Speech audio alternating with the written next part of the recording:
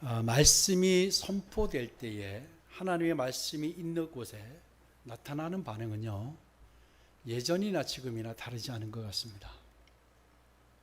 초대교회에 나타난 성령의 역사와 사도들로부터 말씀을 듣고 보인 반응은 다음과 같았어요.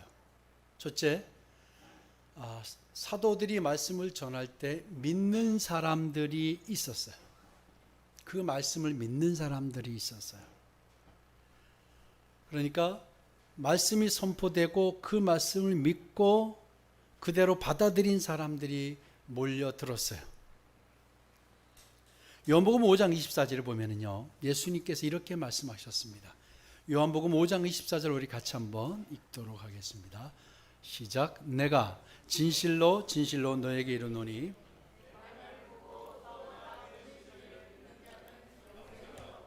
심판에 이르지 아니하나니 사망에서 생명으로 옮겼느니라. 아멘. 말씀을 듣고 하나님의 말씀을 듣고 믿는 자가 얻을 것에 대해서 말씀하셨어요. 하나님의 말씀을 들으면 영원한 생명을 얻어요. 아멘. 하나님의 말씀만이 영원한 생명을 준 거예요. 그리고 심판에 이르지 않게 하신다고 말씀하셨어요. 여러분, 마지막 때에 받을 심판, 마지막 때에 일어날 심판을 여러분 상상해 보시죠. 몇 년 전에 지옥이라는 영화가 있었죠. 아마 거기서 묘사된 것도 다 성경에서 나온 것들일 거예요. 더 강력한 일들이 아마 이 심판이 있을 겁니다. 그래서 하나님의 말씀을 들으면 영원한 생명으로, 그러니까 하나님이 주시는 영생을 얻지 않으면, 하나님이 주시는 영원한 생명을 얻지 않으면 우리는 반드시 심판이 이를 수밖에 없어요. 또 하나님의 말씀을 들으면 사망에서 생명으로 옮겨지는 축복을 누리게 된다고 했어요. 사망에서 생명으로 옮겨지는 축복. 내가 뭐 죽지 않았는데 라고 얘기할 수 있어요. 그런데 여기서 말하는 영적인 의미는 바로 우리 영의 죽음을 말하는 거예요. 여러분, 생명이 있는 삶이 가능해진다라는 거예요. 여러분 지금 생명이 있는 삶을 살고 계시는지, 여러분이 살아가고 숨을 쉬고 있지만 생명이 없는 삶을 살고 있는지 한번 생각해 보시기 바랍니다. 어떠세요? 한번 자문해 보세요.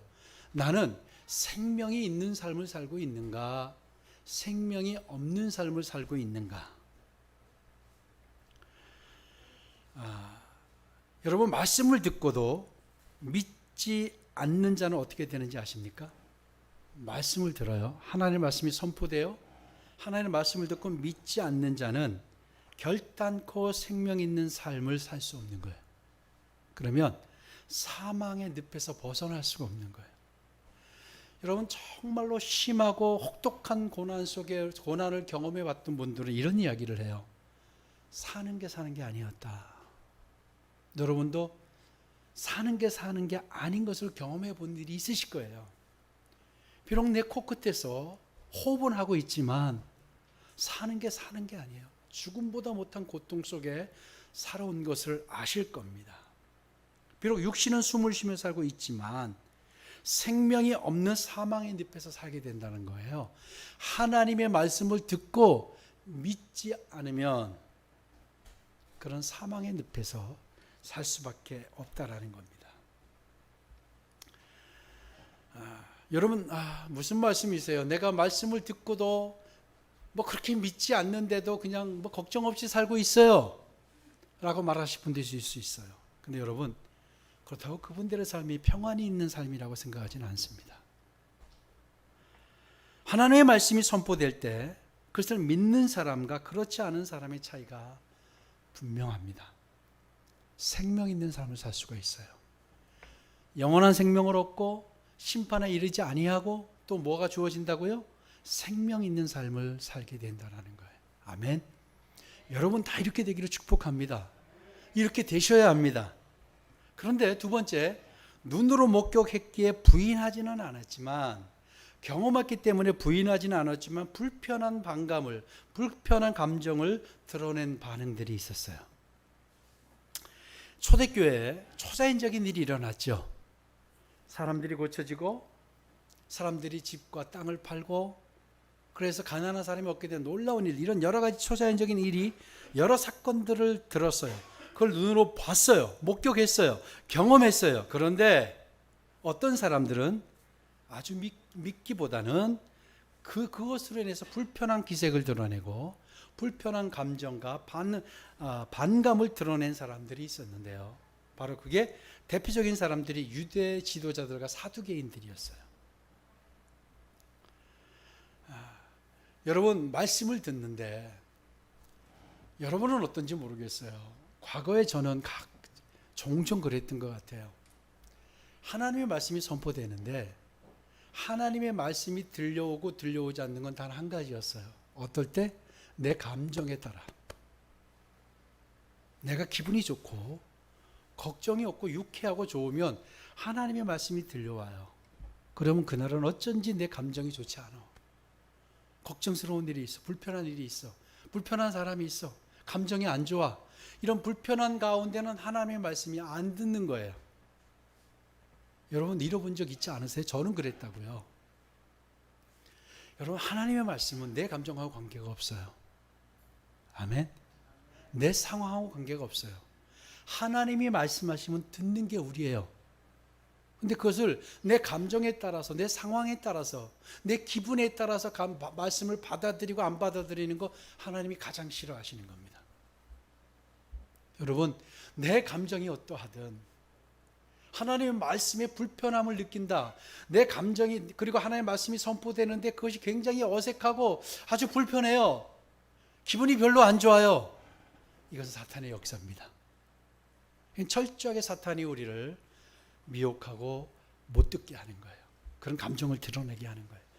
감히 우리 피조물인 우리가 창조자 하나님의 말씀을 나누는데 내 기분에 따라 듣고 안 듣고 할 수 없는 겁니다. 아멘. 예, 하나님의 말씀은 들려오면 우리가 받는 거예요. 예, 그럼 받아야 되는 거예요. 그러니까 이제는 내 기분과 감정에 따라서 오늘은 은혜가 되네, 은혜가 안 되네, 이건 있을 수 없는 거예요. 이것은 사탄이 주는 거예요. 그래서 여러분, 내 감정에 충실한 분들, 내 기분에 충실한 분들, 하나님의 말씀은 그런 것이 아닙니다. 그냥 들려오면, 선포되면 받는 거예요. 왜? 그게 생명이 되니까. 여러분 죽어 있기를 원하지 않으시잖아요. 예. 하나님의 말씀은 그것 자체로 생명입니다. 예. 그래서 죽은 사람도 살리는 것이고 무너지고 쓰러진 사람도 일으키는 게 하나님의 말씀이에요. 하나님이 손을 대는 것도 아니지만 하나님의 말씀의 권위와 능력이 있어요. 그래서 그 말씀은 내 기분에 따라 받아들이고 안 받아들일 수 있는 것이 절대 아니다. 아멘. 하나님의 말씀을 들려오면 그냥 내가 받아야 돼요. 근데 유대인들, 유대 지도자들, 그리고 사두개인들은 아주 기분 나빠했어요. 봤어요. 두 눈으로 목격을 했어요. 그렇지만 아주 기분 나빠했어요. 이런 반응들이 있다라는 거예요. 그건 예나 지금이나 마찬가지예요. 그리고 세 번째 어떤 반응이 있었냐면, 믿지는 않았지만, 내가 비록 믿지는 않지만 아주 호의적인 반응을 보인 사람들이 있었어요. 그게 바로 비록 교회 공동체로, 초대교회 공동체로 들어오지는 않았지만 매우 호의적인 마음과 시선을 보낸 사람들이 있었는데, 본문 13절을 보면 백성이 칭송했다라는 말이 있어요. 바로 그렇게 백성이 칭송하더라, 그런 사람들이 있었습니다. 자, 이제 우리 12절을 다시 한번 함께 보겠습니다. 12절에 같이 한번 읽을까요? 사도들의 손을 통하여 민간에 표적과 기사가 많이 일어나매 믿는 사람이 다 마음을 같이하여 솔로몬 행각에 모이고. 아멘. 여러분, 계속해서 우리가 초대교회 이야기를 지금 수주째 하고 있는데요, 초대교회에서 나타난 특징 가운데 하나가 뭐였죠? 여러 가지가 있었는데 초대교회에 나타난 특징 가운데 하나가 뭐냐면 마음을 같이 했다라는 얘기예요. 초대교회는 마음을 같이 했다, 한 마음이 되었다, 같은 마음을 품었다, 이런 이야기가 늘 들려오죠. 초대교회의 태동에 강력히 역사하셨던 성령의 일이 믿는 자들의 마음을 하나로 일치시켰다라는 거예요. 성령이 사람들의 마음을 하나로 일치시켰어요. 그러니까 초대교회 특징 가운데 하나가 같은 마음, 즉 한 마음을 보였다는 겁니다. 그러니까 초대교회가 교회 공동체가 시작이 되면서 나타난 이 현상을 우리가 그냥 지나쳐서는 안 됩니다. 다시 말해 교회 태동과 발전 그리고 교회 사역에는 같은 마음이 있어야 한다는 겁니다. 아멘. 교회의 일은 같은 마음이에요. 여러분, 대기업을 포함해 일반 기업이라고 한다면, 기업체라고 하면 오너와 임원진이 결정하면 모든 사람이 따라야 돼요. 그리고 기업들이 그렇게 성장해 왔어요. 그런데 이 교회 공동체는 그와 다르다는 거예요. 교회 공동체는 공동체가 유지되고 성장할 수 있는 길은 모두가 같은 마음을 품어야 한다는 거예요. 아멘. 초대교회가 이걸 보여줬던 것은 성령의 역사로 가장 먼저 나타난 것 중에 하나가 뭐냐면 같은 마음이에요. 같은 마음. 그러니까 교회가 성장하고 교회의 사명을 다하기 위해서는 어떻게 해야 된다? 같은 마음을 가져야 된다. 아멘. 여러분, 같은 마음을 가져야 된다. 아멘. 예, 같은 마음을 품어야 되는 거예요. 그러면 같은 마음을 품지 않으면 아무것도 할 수 없다라는 의미이기도 합니다. 서로 여러분 가정에 생각해 보세요. 아버지와 어머니가 바라보는 것 마음이 다 달라요. 그리고 자식들도 다 달라요. 그럼 그 가정은 어떻게 돼요? 정말 콩가루 집안이 되는 거예요. 그렇지 않나요? 예. 여러분 그런 걸 한 번도 경험해 보지 못하셔서 모르시죠? 가정이 다 같은 마음이어서 모르시죠? 그렇지 않은 가정이 많아요. 그러니까 여러분 가정은요 같은 마음으로 가는 것이 살고 있는 사람들이 그래서 같은 식구라고 하잖아요. 같은 마음이에요. 그래서 가정의 원리가 바로 교회의 원리예요. 아버지와 어머니가 다르면 안 돼요. 바라보는 것이 다르면 어떻게 돼요, 안수 집사님? 참 집안이 잘 되겠죠. 예? 같은 마음을 가져야 되는 거예요. 목사와 장로와 안수 집사와 집사, 평신도가 다 같은 마음을 가져요. 왜? 초대교회가 그걸 말하고 있는 거예요. 초대교회 태동은 그렇게 시작이 되었어요. 여러분 같은 마음을 갖게 하시고요. 그곳에 용서가 일어나요. 여러분 은혜를 받은 적이 있으시죠? 주일날 받을 때도 있었고 어떤 집회를 통해서도 받을 때가 있어요. 그때 은혜를 받은 다음에 사람의 얼굴을 보면 어때요? 참 아름다워 보여요. 그러지 않으셨나요? 참 좋아 보여요. 다 용서가 돼요. 그리고 이해가 돼요. 허물도 덮어져요. 그럴 수 있지. 성령이 임하면 이런 마음이 생겨요. 그런데 보면 승질이 나요. 분노가 일어나요. 절대 이건 성령의 마음이 아닙니다. 하나님 마음이 아니에요. 하나님의 말씀을 듣고도 그런 마음을 갖고 있다면 여러분 내가 정말 심각하구나라고 진단하셔야 돼요. 성령은 그런 마음을 주지 않으세요. 이뻐 보이는 거예요. 멋있어 보여요. 다 이해가 돼요. 그래서 같은 마음을 주시는 거예요. 여러분 다 같은 마음을 갖게 되기를 축복합니다. 오늘 본문을 보면은요, 자세히 보면 표적과 기사가 많이 일어났다라는 사실과 많은 사람들이 나음을 얻었다는 것을 알게 합니다. 여러분 초대교회에 초자연적인 일이 일어났는데 사도행전의 저자가 그것을 뭐라고 기록했냐면 표적이라고 기록했어요. 표적, 세메이온이라고 하는 이 말은 표시, 표적 이런 단어예요. 여러분 표적과 기적이 다른 이유를 말씀을 드렸죠. 기적은 불가능한 일, 초자연적인 일을 말하는 것이고요. 표적은 뭐라고 그랬어요? 표적은 반드시 하나님의 나라 그리고 예수 그리스도가 메시아 되심을 인정하고 드러내기 위해서 나타내는 기적이에요. 그래서 표시라고 하는 거예요. 분명한 표적. 그래서 사도행전 저자가 그 일어났던 일들을 뭐라고 했냐면 표적이라고 기록했어요. 그러니까 일반적 기적이 아닌 표적. 왜냐하면 표적은 하나님을 드러내기 위해서요. 그러니까 초대교회에 나타난 표적은 뭐라고요? 하나님의 나라를 드러내고 예수 그리스도가 메시아임을 드러내기 위한 것이었다라는 거예요. 자, 우리에게 여러분의 인생 가운데 10년, 20년, 30년, 40년, 50년을 믿은 분들도 있을 거예요. 여러분 정말로 이거는 하나님의 표적이 아니라고 하면 말할 수 없는, 표현할 수 없는 그런 설명할 수 없는 일들을 아마 경험하신 일이 있어요. 정말 내가 이 어떤 교통사고라든가 어떤 사고라든가 여러분 이런 것을 정말 이건 하나님이 구해주지 않으셨으면 일어날 수 없는 일이라는 것. 그것은 뭐예요? 그런 일을 우리에게 왜 보이실까요? 표적을 왜 주신다고요? 하나님의 나라 때문이에요. 그리고 예수 그리스도가 메시아고 예수 그리스도가 삶의 주인이라는 것, 그것을 드러내기 위해서 표적을 보여주시는 거예요. 하나님께서 초대교회 사도들에게 표적을 드러내시게 한 것은 사도들을 통해서 내가 지금 일하고 있다. 표적을 드러내신 것은 내가 사도들을 통해서 지금 일하고 있다라는 걸 보여주신 거예요. 그러니까 사도들도 그 기적을 일으키고 이적을 일으키고는 자기의 능력이라고 말한 사람이 하나도 없어요. 그 날 때부터 일어나 걷지 못하던 사람을 일으켰던 베드로와 요한이 뭐라고 그랬어요? 예수 그리스도의 이름으로 일어나 걸으라. 이들이 온전히 예수 그리스도의 이름만을 높이기 시작했던 거예요. 그래서 그런 기적을 표적이라고 표현했던 거예요.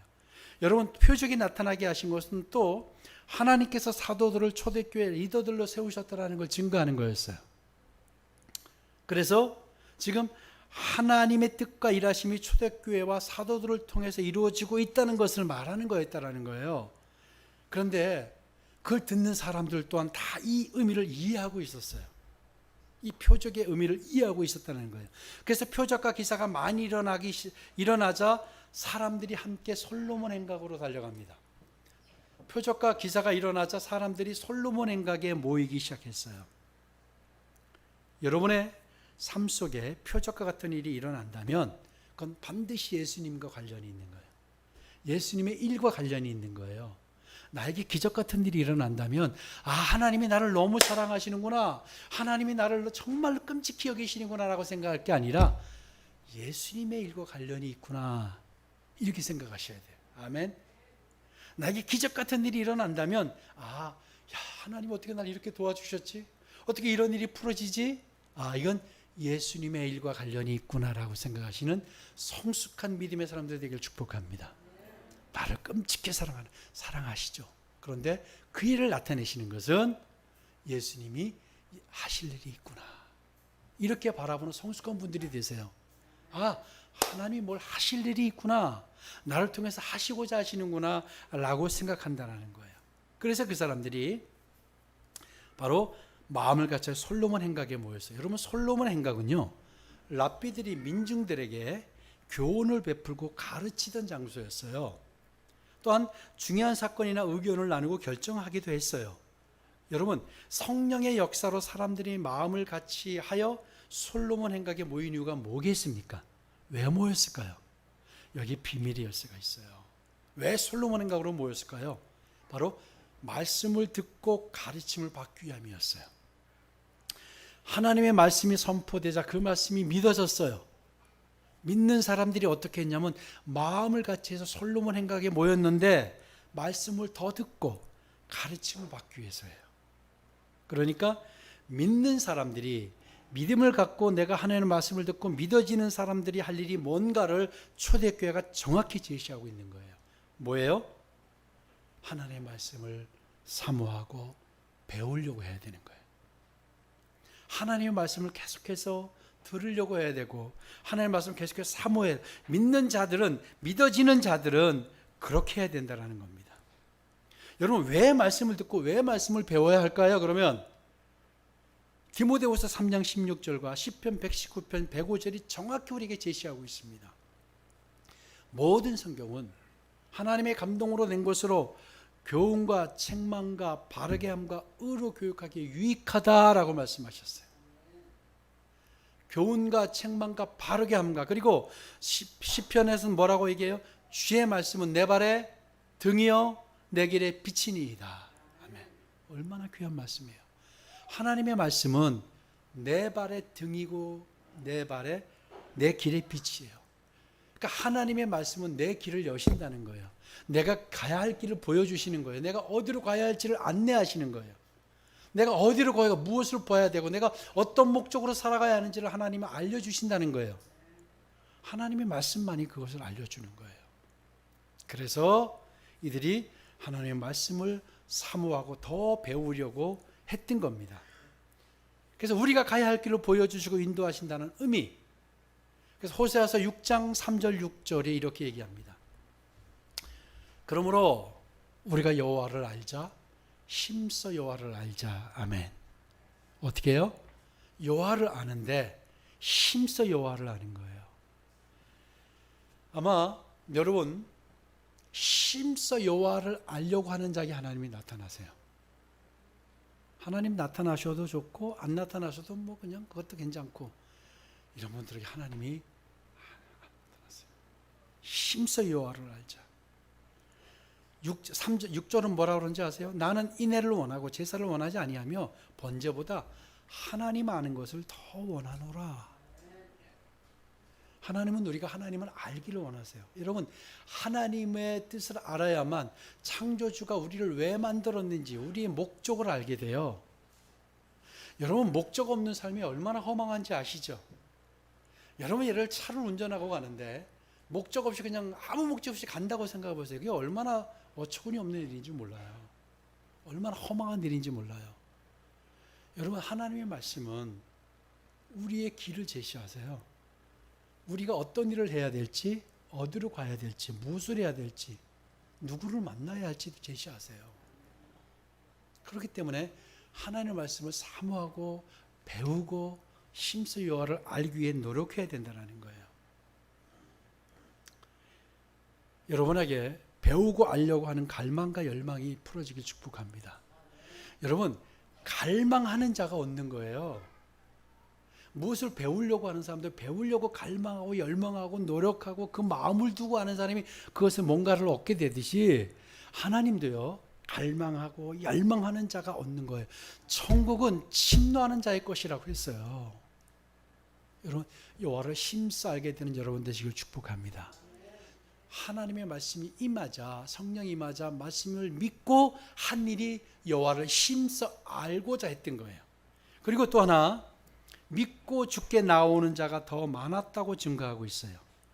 여러분 믿었던 사람들이 믿는 자가 해야 될 것이 뭐라고 그랬어요?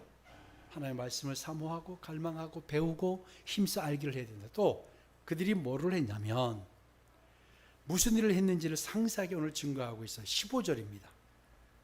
15절을 같이 보겠습니다. 같이 읽읍시다. 시작. 심지어 병든 사람을 메고 거리에 나가 침대와 요 위에 누이고 베드로가 지날 때 혹 그의 그림자라도 누구에 덮일까 바라고. 아멘.